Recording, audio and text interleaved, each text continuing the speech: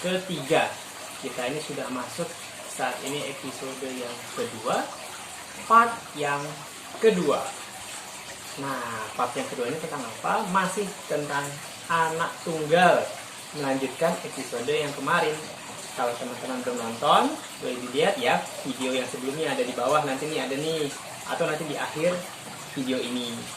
Part yang kedua ini kita masih bersama dengan Bapak Kristianto dan saya Dimas. Masih topiknya tentang anak tunggal, dan saat ini kita fokus ke topik anak tunggal yang mandiri. Nah, kalau sebelumnya kita flashback lagi, yang pertama itu kita bahas tentang anak tunggal itu punya kemanjaan tersendiri. Ya, setiap anak mungkin punya karakter manjanya masing-masing. Cuma di part yang pertama ini spesifik bagaimana sih manjanya anak tunggal, seperti itu. Nah, oke, kita mulai lanjut nih ke yang part yang kedua ya, tentang bagaimana cara mendidik anak tunggal agar menjadi mandiri. Seperti biasa aku jelasin dulu bahwa KMM ini kita buat supaya apa? Menjadi dokumentasi pribadi awalnya yang nanti akan kita simpan selama masa pandemi ini. Kita masih banyak waktu untuk diskusi.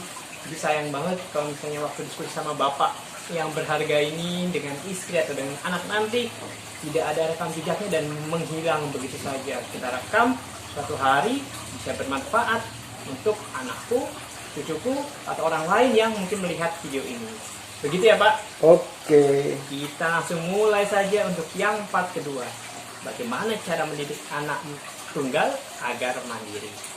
Oke Bapak, pertanyaan pertama, mau tahu nih, sosok anak tunggal yang mandiri, atau mungkin anak ya pada umumnya itu menurut Bapak itu seperti apa Pak? Terima kasih Dimas. Ya. Sosok anak tunggal yang mandiri. Bapak dalam mendidik anak tunggal, untuk menyiapkan anak tunggal yang mandiri, Bapak mengambil sikap mandiri di sini. Yang awal adalah mandiri secara pribadi. Mandiri secara pribadi Pak? Iya, mandiri secara pribadi dulu. Bagaimana dia memanage dirinya sendiri? Iya, misal suatu contoh ya, memberi tanggung jawab untuk mengerjakan hal-hal secara pribadi dulu. Oke. Ya, suatu contoh ya, tempo hari kan cerita episode yang lalu kan, Lia sudah menginjak SD ya, dia sudah mandiri, tidak tergantung orang tua, bahkan ada sesuatu sudah nggak cerita dengan orang tua, diselesaikan dengan teman-temannya, ya kan? Ada cerita seperti itu. Nah, ini begini, mulai kelas 4, ini Bapak sudah mendidik, Lia bangun tidur harus membereskan tempat tidur, itu kan urusan pribadi ya, harus mandi, harus ganti pakaian, Bapak sudah nggak pernah menyuruh. Awalnya ya memang disuruh, tapi mulai kelas 4 itu dia sudah bisa mandiri. Jadi dia keluar kamar itu sudah posisi siap, ya sudah pakai seragam, pakai sepatu, sudah mandi, pakai seragam, pakai sepatu. Oke. Itu cara Bapak. Jadi nggak harus teriak-teriak, Lia mandi, ayo sekolah, tidak seperti itu.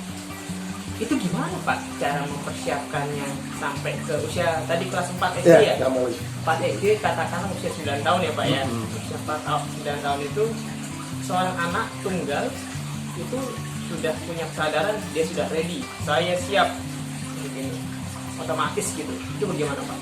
Ya, awalnya Lia ini kelas 1, 2, 3 ya. 3 ini masih senang duduk bareng. Kelas 1 sampai kelas 2, kelas 3. Itu masih tidur bersama bubuk dengan bapak ibu. Terus kelas 3 akhir, kebetulan Lia bapak waktu itu baru membenahi rumah. Membenahi rumah. Lia punya inisiatif. Bapak, aku minta kamar depan dan ada kamar mandi. Punya kamar pribadi gitu Pak ya? Iya. Bapak tanya apa tujuannya? Apa tujuanmu minta seperti itu? Itu kan butuhkan biaya. Aku sudah ingin tidur sendiri. Bagus kalau gitu. Kalau ada kamar mandi, berarti kamu juga siap untuk mandi di situ. Nanti lemari di situ, kamu harus ganti pakaian di situ. Jadi pagi itu keluar kamar udah harus rapi. Jadi ada konsekuensinya ya Pak? Iya. Iya. Permintaannya dituruti, tapi harus ada konsekuensinya. Dan betul, memang dia menjalankan seperti itu. Jadi keluar kamar ini sudah rapi. Tinggal ngomong, Bapak, aku minta uang mau beli sarapan. Nah, itu udah. Ya, beli sarapan sendiri. Dan kebetulan waktu Lia kelas 3 ya, itu sudah nggak ada pembantu. Kelas 3 sudah tidak menggunakan pembantu. Sudah nggak menggunakan pembantu lagi. Jadi apa-apa mendidik anak harus mandiri, tidak tergantung pada orang tua. Begitu, Mas. Iya. Mungkin secara finansial mungkin mampu ya Pak yang untuk membayar pembantu ya sebenarnya ya. Mampu, kebetulan karir Bapak dari lagi naik karirnya ya. Iya, mampu. Hanya saja karena niat untuk ini saatnya mendidik anak untuk lebih mandiri. Betul. Salah satunya adalah mencopot atribut yang selama ini mensupport dia gitu ya Pak ya. Iya. Yaitu pembantu pribadi ya, asisten Iya. pribadinya itu dicopot ya Pak ya.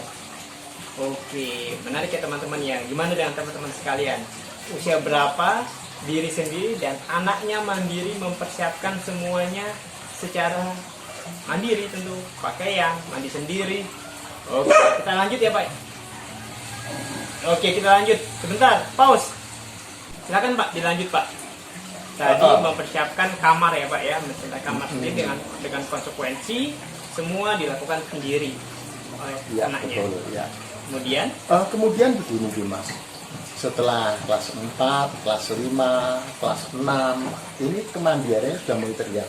Tidak seperti anak tunggal, kalau manja masih, tapi manjanya ini terukur lah ya, enggak terlalu banget ya, maklum anak tunggal pasti ada manja-manjanya itu, maklum. Nah ini kelas 6 ini Mas, waktu ujian akhir SD, dia udah bilang, Bapak aku nggak usah carian sekolah, aku mau cari sekolah sendiri. Aku mau daftar sendiri. Nah ini masuk SD. Mau daftar sendiri? Mau daftar sendiri. Mau cari sendiri, mau daftar sendiri dengan teman-temannya. Bisa. Ya ternyata bisa. Dan dia minum dulu Pak, boleh Pak? milih sekolah yang terbaik. Maaf ya, minum dulu. Iya. Teh pandan. Wanginya pandan ya Pak ya. Tanpa gula Pak. Dia masuk sekolah favorit di kota kecil waktu itu ya, kota Blora, dan diterima. Nah ini Bapak sudah berpikir lagi, dia sudah SMP, pergaulannya lain, sudah menginjak remaja. Nah, ini Bapak harus menyiapkan kemandirian dia ini tidak seperti waktu kelas SD tadi ya.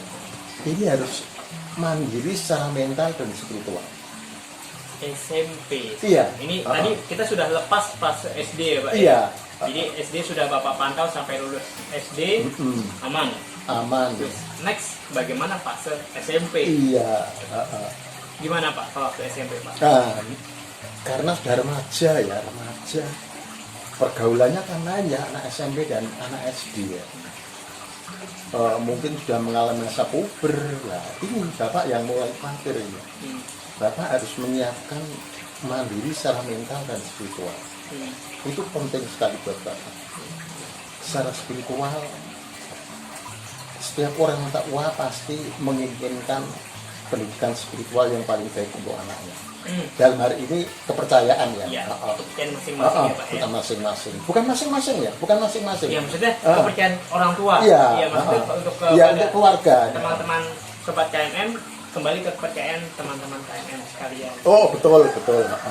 Saya nggak menyebutkan kepercayaan saya apa enggak. Ini kan bisa untuk siapapun ya. Betul, Pak. Bisa untuk siapapun. Universal sifatnya Pak. Universal, betul. Kan Bapak meyakini ya bahwa kepercayaan Bapak ini adalah kepercayaan terbaik. Betul. Kalau nggak terbaik, Bapak nggak akan mengikutinya, nggak akan pegang lah. Hal seperti ini harus saya tanamkan kepada Lia. Saya harus memberi anak saya hal yang terbaik. hal yang terbaik. Iya, Ya. kepercayaan pun harus yang terbaik. Ya menurut saya, mungkin bagi orang lain ya Juga punya hak mengatakan kepercayaan terbaik. Ya. Kebetulan teman-teman saya juga sependapat dengan Bapak. Silakan Pak. Nah, karena pergaulan nanti di SMP ini semakin apa ya? Boleh dikatakan masa remaja itu kan kadang-kadang kenal sana, kenal sini, nggak terbatas kepercayaan kan. Ya. Saya ini mau wanti-wanti sama Lia ya untuk kemandirian spiritual tadi. Kamu boleh bergaul dengan siapapun. Ya. Kamu boleh bergaul dengan siapapun. Tapi harus ingat, biasanya anak SMP itu kan mulai ada cinta monyet gitu ya. Ya. Lah itu. Mulai suka Iya, lawan jenis. lawan jenis Nah, yang ganteng. Ya. jadi saat itu Bapak betul mau wanti-wanti sama Lia. Ya. Hati-hati dalam bergaulan karena dia sudah menginjak masa remaja. Di situ nanti kan pasti itu mulai ada apa cinta monyet apa-apa. Bapak takut salah pilih. Nah, jadi maksud Bapak itu Lia sebelum melangkah lebih jauh mengenal seseorang, maksudnya ini jatuh cinta, Ya. harus tahu latar belakangnya dulu. Ya. Iya, Oke. latar belakangnya apa sih? Soalnya Bapak meyakini bahwa cinta itu tidak langsung ujuk-ujuk ya, begitu tahu orang langsung cinta enggak. Apalagi di usia awal-awal itu ya Pak ya. Awal-awal awal-awal masa puber gitu ya Pak ya. Itu beda pandangannya Mas. Iya, Ya. makanya sama dengan itu. Latar belakangnya seiman enggak sama kamu? Oke. Iya, jangan sampai berlanjut berjalan terus, tahu-tahu kamu sudah terlanjur jatuh cinta ternyata tidak seiman. Ya. Nah, ini yang saya khawatirkan Bapak. Makanya tadi Bapak mengatakan bahwa mandiri ini secara spiritual.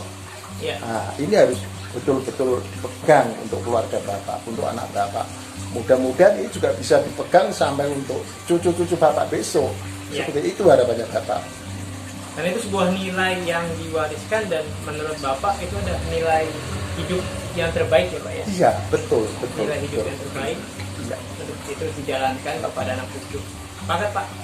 Kelihatannya Lia juga akhirnya tahu ya dia ini pegang itu. Ya mungkin waktu di SMP temannya banyak, kalau bergaul agak akrab ya nggak masalah lah ya, nggak masalah. Jadi begitu SMP nggak begitu masalah ya untuk masalah spiritual, ini itu masalah. Nah, tapi Lia sendiri itu ternyata juga mempunyai pemikiran kalau dia sekolah yang seperti itu, apakah kira-kira aku bisa kuat nggak ya mempertahankan kemandirian saya secara spiritual itu. Dia juga mempunyai pendapat seperti itu. Akhirnya waktu setelah kelas 3 dia ngomong, Bapak, aku mau sekolah berasrama. Iya, wah, heran saya. Sekolah berasrama, langsung state gitu ya Pak ya? Iya, kelas 3 udah ngomong gitu. Hah? Kamu berani jauh dengan orang tua? Kamu harus lebih mandiri lagi nanti di sana. Aku kalau di sini terus ada rasa khawatir, Bapak. Oh malah keluar sendiri dari anaknya gitu bahwa hidup yang seperti itu yang sedang dia jalani malah akan berpotensi menimbulkan masalah ke depan. Gitu ya. Walaupun di SMP ini sudah bisa bertahan ya. Ya. Dia masih ada rasa khawatir. Dia ingin sekolah berasrama. Lah, tujuannya mana? Dia menyebutkan salah sekolah yang favorit di Muntilan itu. Oh iya. Paham. Iya.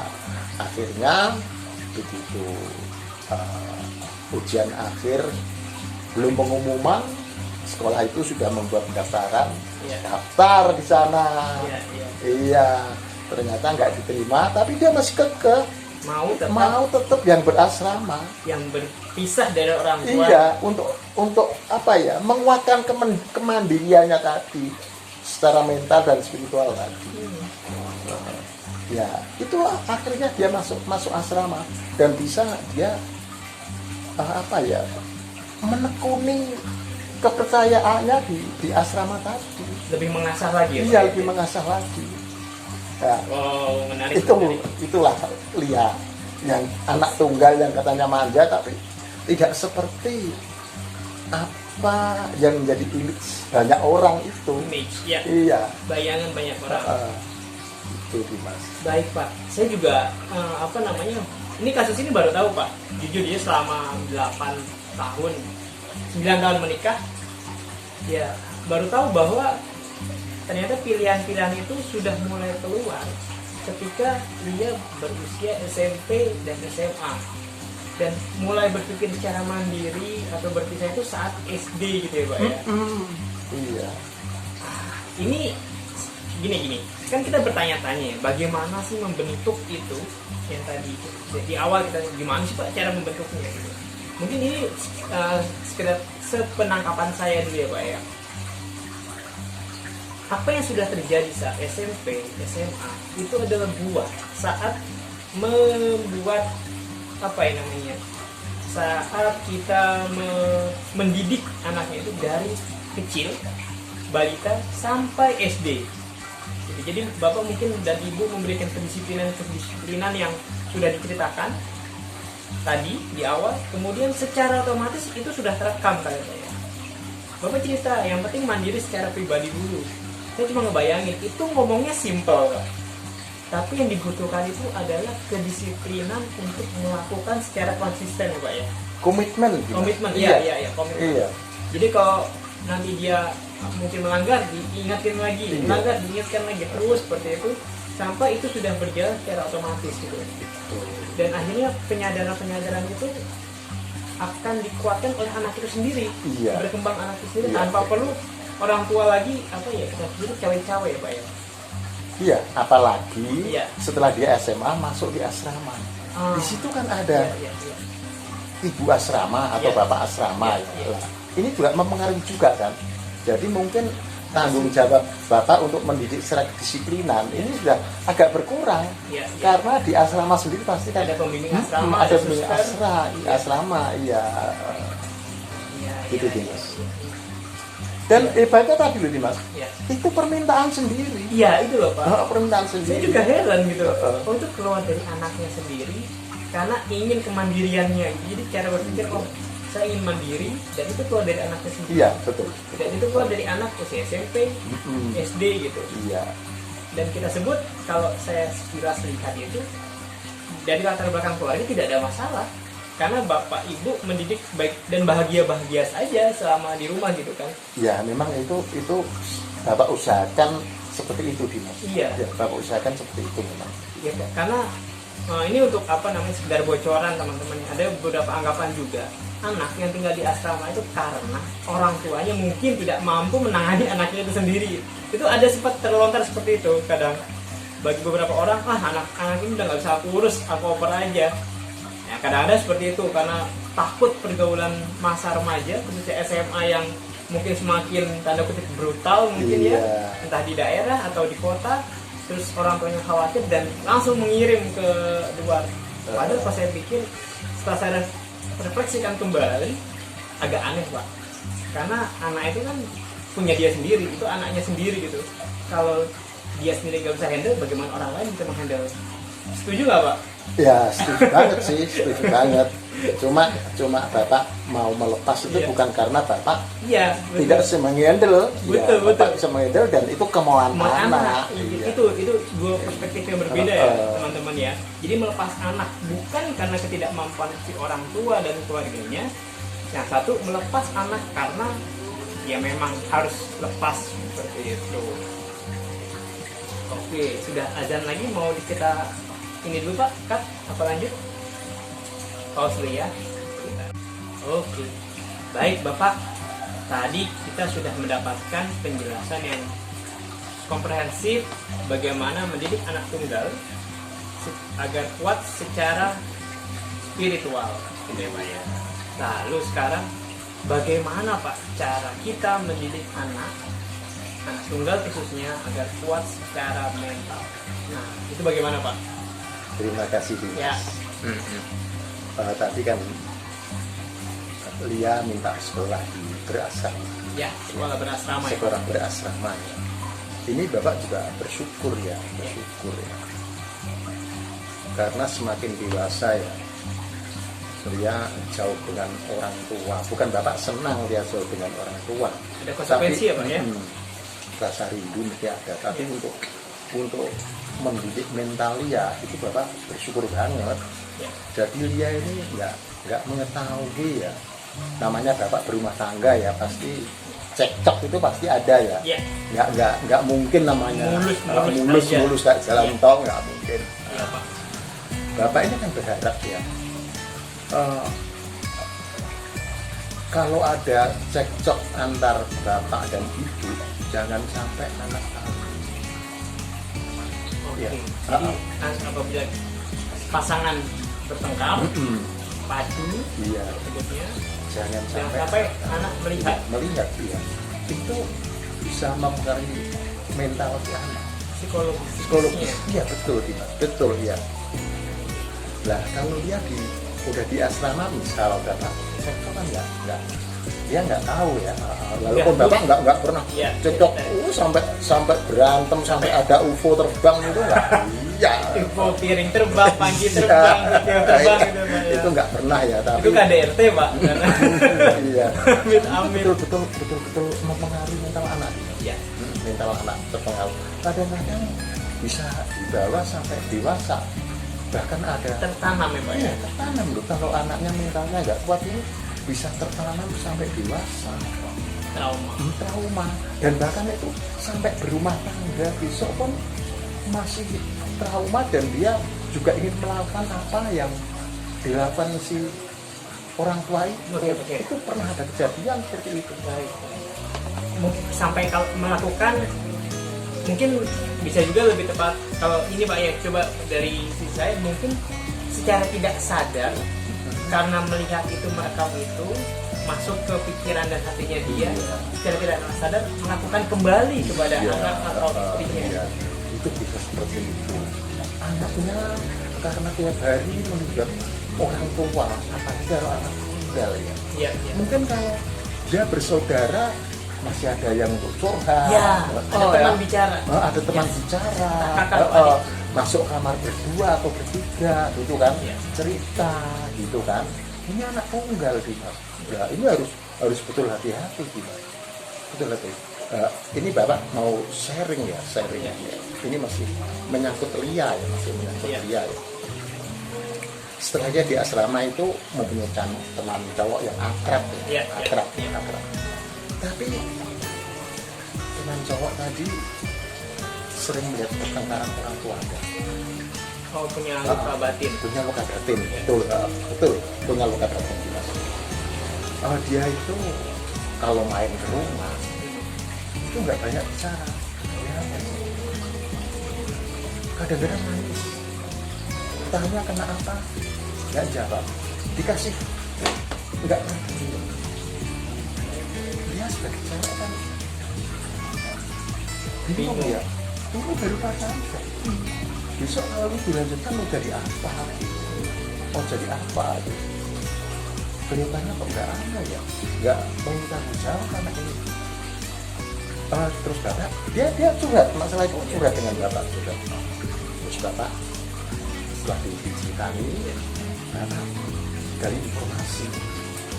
Ternyata anak itu kalau di rumah sering melihat bapak ibunya bertengkar.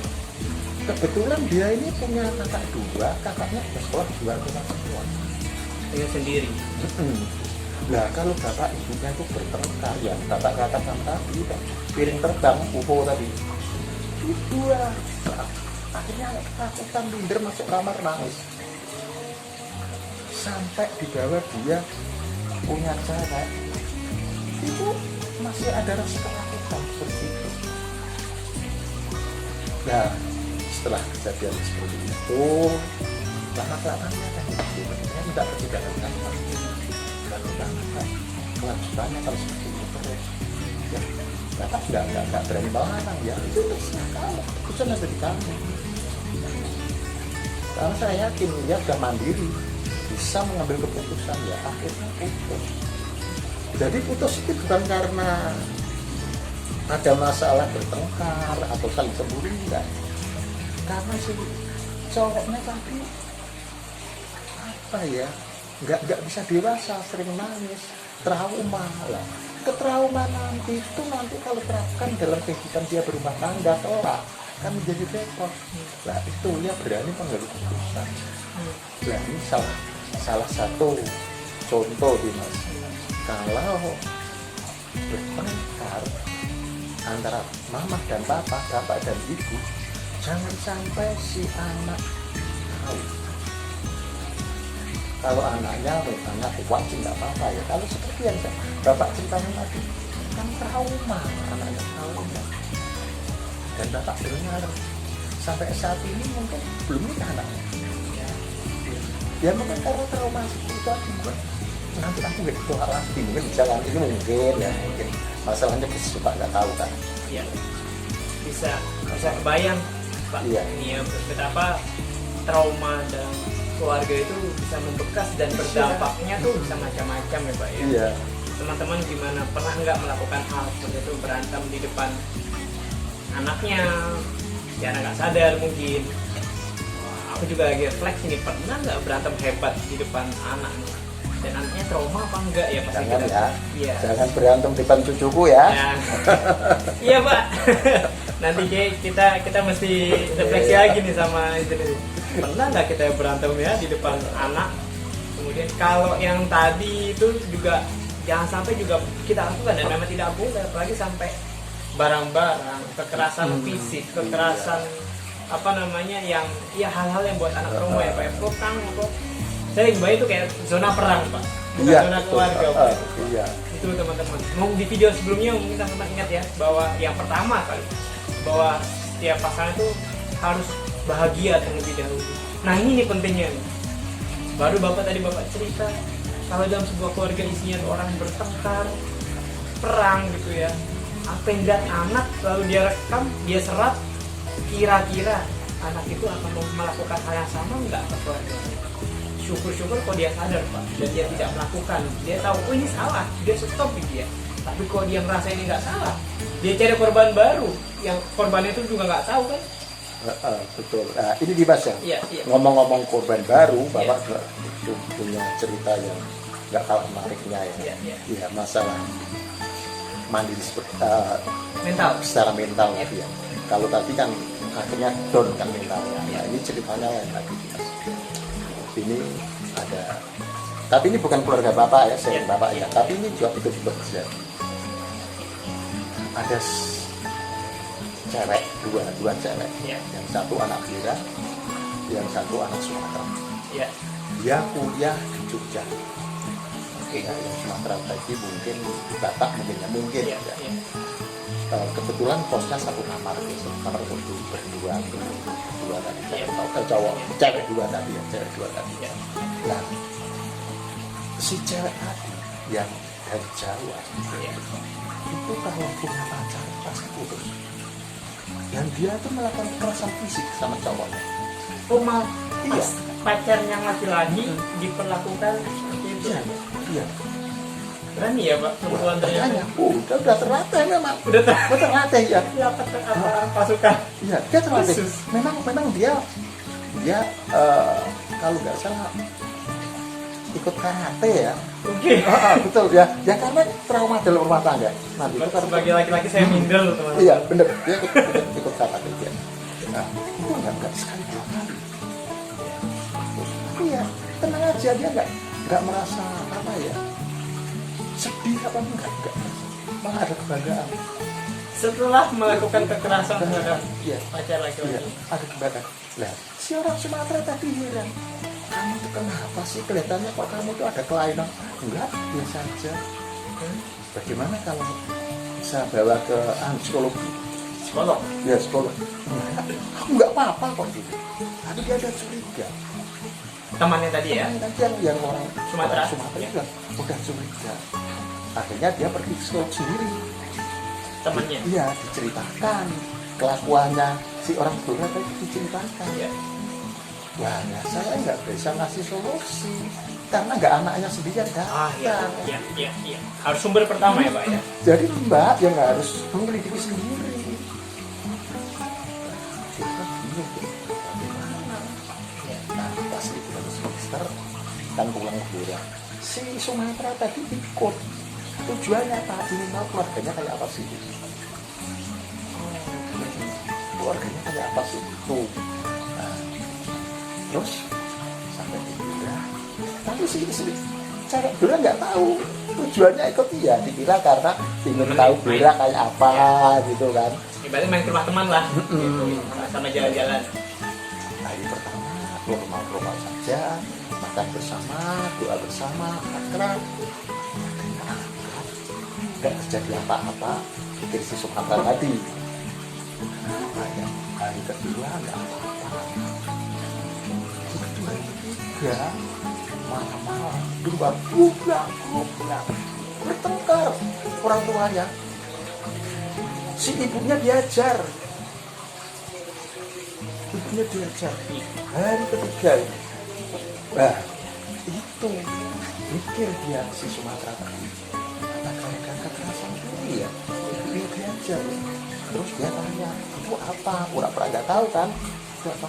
Biasa, itulah bapakku sedang mengajar ibu. Dan itu dianggap biasa Pak sama anaknya. Karena sudah biasa. Sejak kecil terjadi seperti itu. Dan dianggap biasa, bukan kebiasaan. Hal buruk kalau dilakukan Secara terus menerus dan tidak ada yang rutinitas. melarang, tidak ada yang dianggap melihat. biasa. Ya. Nah itu si Sumatera berenang. Oh, berarti ini ada kaitannya dengan kelakuannya waktu dia kuliah di Jogja itu selalu menyakiti cowok. Terus dia pas liburan belum selesai, dia pulang ke Jogja. Dia datang ke psikiater lagi, sekolah lagi, cerita. Ternyata keluarganya itu sering bertengkar, dan kalau bertengkar itu ibunya menjadi sasaran pukul. Nah ini psikiaternya sudah mulai nyanda. Wah, ini berarti ada rasa dendam dengan laki-laki. Karena daripada dia disakiti, Lebih dahulu dia menyakiti diri. Dia tidak ingin kejadian yang menimpa ibunya menimpa dia. Ingatin ya Pak ya, Ya. sudah kayak gitu. Mentalnya sudah Rusak. Iya. Iya, kalau yang harus pertama mentalnya down kan, Iya. nangis, Iya. yang nggak mau bicara. Nah, ini mentalnya nggak tahu ini mentalnya jadi apa, bapak nggak tahu. Ya mungkin mah sudah sebaliknya akhirnya. Nah, Jadi sudah titik. terus liburan semester selesai, Ya. si gadis Kira tadi balik ke Jogja ya. Nah, si Sumatera tadi aku agak tahu permasalahan. Mulai Mas. Ya, dia dengarkan apa? Coba kamu tahu masalah ini. Kamu punya dendam ya dengan seorang setiap orang laki-laki. Dia tahu. Kamu takut kan disakiti orang laki-laki. Mungkin kamu lebih senang menyakiti diri daripada disakitinya. Baru dia nangis. Iya, nangis dia. Nangis terseduh-seduh dia. Nangis terseduh-seduh. Terus akhirnya guys yang pertama. Nah, dari situ akhirnya dia kembali normal. Tapi ya Itu ya Pak ya. ini yang sering kedua. Ngeri kan? Iya. Makanya Itu ya, teman-teman. apa tadi secara mental itu juga harus disiapkan. Itu bisa. Sampai berkeringat ini saya mau dengar ceritanya. Kenapa sampai kayak gitu? Karena dampak kita membentuk sebuah keluarga itu enggak cuma senang-senang aja Pak. Bayangkan seperti itu. Wah selamat ya menjadi keluarga bahagia. Iya memang kita akan berharap bahwa sebuah keluarga tetap bahagia gitu. Tapi semua ada konsekuensinya tadi kan. Membentuk keluarga, sebuah lembaga yang paling dasar di tatanan masyarakat kita. Kemudian keluarga itu memiliki keturunan dan itu pun masih ada konsekuensi lain lagi gitu. Menurut saya pribadi, mungkin teman-teman juga punya pendapat sendiri dan Bapak juga sendiri. setiap orang, setiap fase itu seharusnya punya kompetensi masing-masing terlebih dahulu yang harus kita penuhi ya Pak ya. Jadi ya tidak, tanda kutip, tidak asal untuk membentuk itu. Makanya di tempat kami gitu, di tempat kita ya Pak ya, ada yang sebelum menikah dipersiapkan terlebih dahulu ya Pak ya. Iya, betul. Ada namanya pendidikannya terlebih dahulu, penyelidikan KTP ya, kursus persiapan perkawinan, ya pernikahan, kemudian diselidiki dahulu latar belakang. Ya begitu teman-teman, bisa terbayang ya bagaimana, bukan rumit kalau menurut saya, bagaimana apa ya kita sebutnya, kehidupan baru setelah menikah gitu. Bahwa tidak sesimpel yang teman-teman bayangkan, tapi jangan juga gara-gara ini terus teman-teman takut, ya enggak seperti itu. Tapi bahwa menjadi sebuah keluarga itu berarti pribadi-pribadi ini sudah siap ke tahap selanjutnya ya Pak ya. Menyatukan dua pribadi yang berbeda latar belakangnya, ini dari keluarganya Bapak dan dari keluarganya yang pasangannya, keluarga saya, harus bersatu. Kira-kira seperti apa gitu. Begitu Bapak. Nah, untuk yang sesi yang part kedua ini, saya ucapkan terima kasih Pak ya untuk sharingnya. Nah, ini kita ada satu topik lagi Pak. Bagaimana cara mendidik anak tunggal agar kelak dapat menjadi bapak ibu yang baik bagi keluarga. Ya, sip. Itu untuk yang selanjutnya Pak ya. Ya, sip. Ya. Sampai di sini mungkin kita sudahi dulu. Teman-teman sobat KMM, jangan lupa untuk subscribe, like, share video ini kalau memang dianggap bermanfaat. Silahkan memberikan komentar juga, tidak apa-apa, dan kami menerima masukan-masukan teman-teman sekalian. Begitu saja, sampai jumpa di kesempatan selanjutnya. Bye bye.